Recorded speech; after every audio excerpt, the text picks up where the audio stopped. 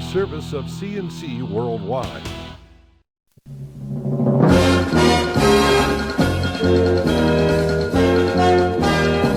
The Daily Podcast is a service of CNC News brought to you by the Greece Chamber of Commerce, providing more than 800 member companies with business solutions since 1984. An 11-year-old boy was one of two people shot Sunday morning in broad daylight in southwest Rochester.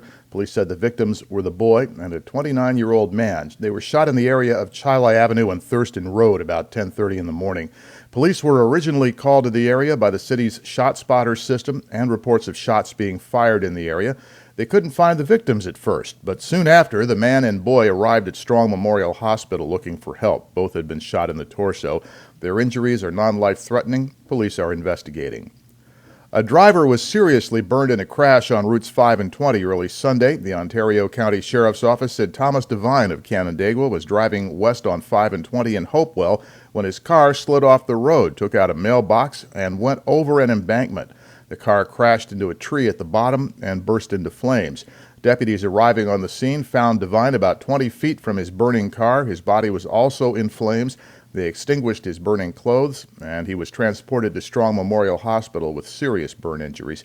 Deputies say speed was a factor. They're still working on the investigation. State police and citizen volunteers will have special watches along the New York State Thruway on Halloween and the day before, trying to prevent Halloween pranks. The annual Pumpkin Patrol started 37 years ago when a truck driver's windshield was shattered by a pumpkin dropped from an overpass onto the Thruway on Halloween night. A woman talking to that trucker on CB at the moment came up with an idea for volunteers to stand watch on the overpasses. State police added the Pumpkin Patrol to their crime prevention program in 1990. This Halloween, volunteers in 19 counties along the Thruway will work in coordination with troopers. The Humane Society of Greater Rochester Lollipop Farm is holding a public information session tonight to answer questions about how animal cruelty investigations are handled. Spokeswoman Adrienne McHarg said several recent well-publicized cases have people asking about how complaints are made and what role the society plays in investigating them and how it works with law enforcement. Officials from the Humane Society's Investigations Department will be there, along with the representative of the Monroe County District Attorney's Office. It's at 6:30 Monday night at Lollipop Farm on Victor Road in Perrinton.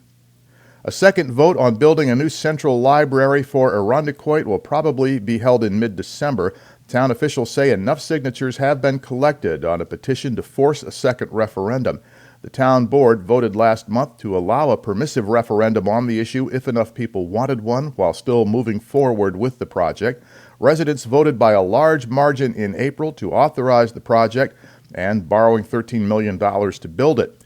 Former town board member Richard Barone and other opponents then sued the town, saying the environmental review hadn't been done properly, so the referendum should not have been held. The town has since redone the environmental study.